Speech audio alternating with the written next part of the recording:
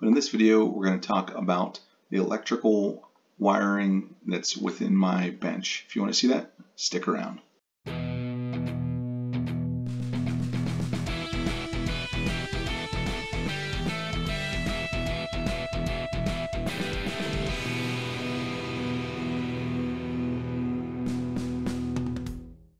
Okay, so first of all, I'll just give you an overview. So this bench, as it sits, has 8 machines in it: a table saw, joiner, planer, miter saw, bandsaw, drill press, router, and then a shop vac that powers the dust collection. Those machines are all plugged in all the time. Now, typically, only one person works in my shop at a time. So at most, the current draw will be between, the peak current draw will be between a shop vac and any of the larger machines like the table saw, the joiner, or the planer, which is on the back side over here. And so typically that current peak draw peaks out underneath 20 amps.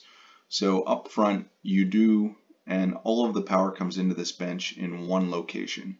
So you need to plug this bench into a 20 amp circuit minimum, and that's typically the case whenever you're working with any kind of power tools. That's your minimum to power really any kind of woodworking shop. So if you're in a garage, a lot of home builders will cut costs and they will wire 15 amp circuits in the garage. They'll limit the number of outlets. So that's something to go inspect up front if you're considering making one of these or starting woodworking in general. You really want a 20 amp circuit to dedicate to your shop space at a minimum. And that's not, that's if we're talking 110 volt tools, not larger 220 volt tools. Now up front, I just want to give a disclaimer. I am not proposing this as the ultimate solution for workbench wiring. This is just my technique that's working for me, and I'm choosing to share it with you.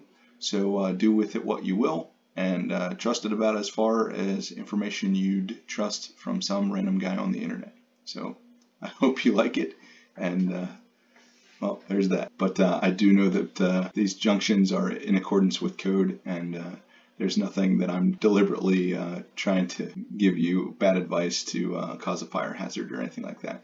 But by all means, I'm definitely not an expert when it comes to wiring, and I'm really just a do-it-yourselfer. This is my solution for my shop. Use it how you will. So if you want to wire a bench the way I have it designed so that my cart separates into 2 halves, so the wiring can also split. So as far as starting, everything in here is wired with 12 gauge. My existing bench I actually wired primarily with 10 gauge to minimize resistance, but I do not think that that's necessary. So 12 gauge wiring is what I'm recommending. So 25, you will need 25 feet of 12-2 solid wire. You'll need a 12-foot extension cord in the highest amperage rating that you can find. Ideally, you want a 10 or a 12 gauge stranded wire extension cord.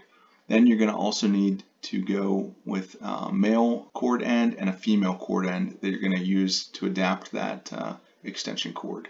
You're also going to need 4 2-gang junction receptacle boxes.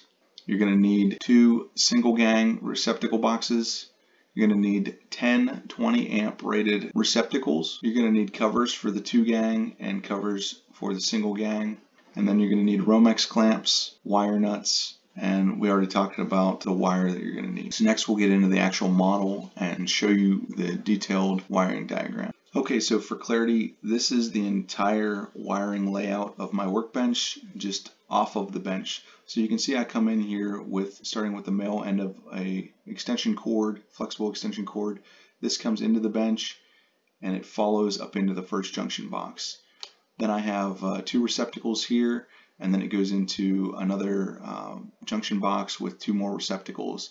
Then I have a 12 gauge lead going out to this other receptacle over here. Then I have another section of flexible extension cord coming here into a 20 amp rated set of plugs, and then that joins the second half of the bench where I have 2 more junction boxes with receptacles and then another side mounted receptacle. So next I'll show you on the bench.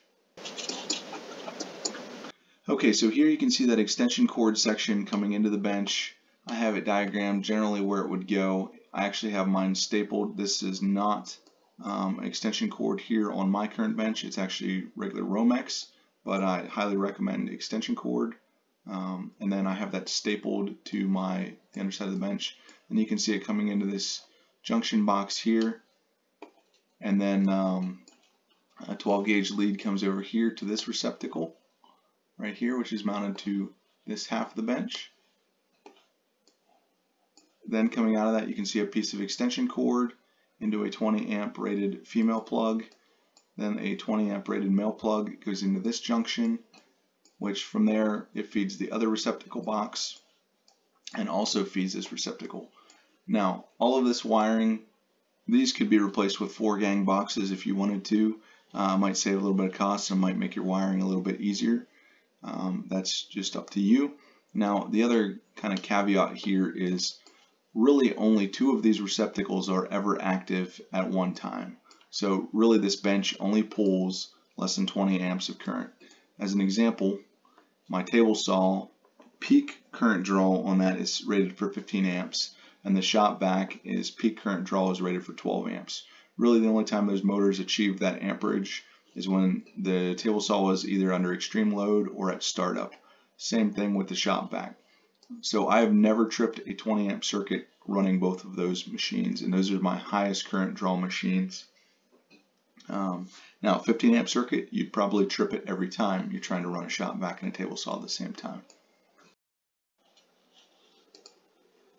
Now let's talk a little bit about what this video is and is not. So I'm not an electrician. I'm not giving you advice on the appropriate wiring techniques.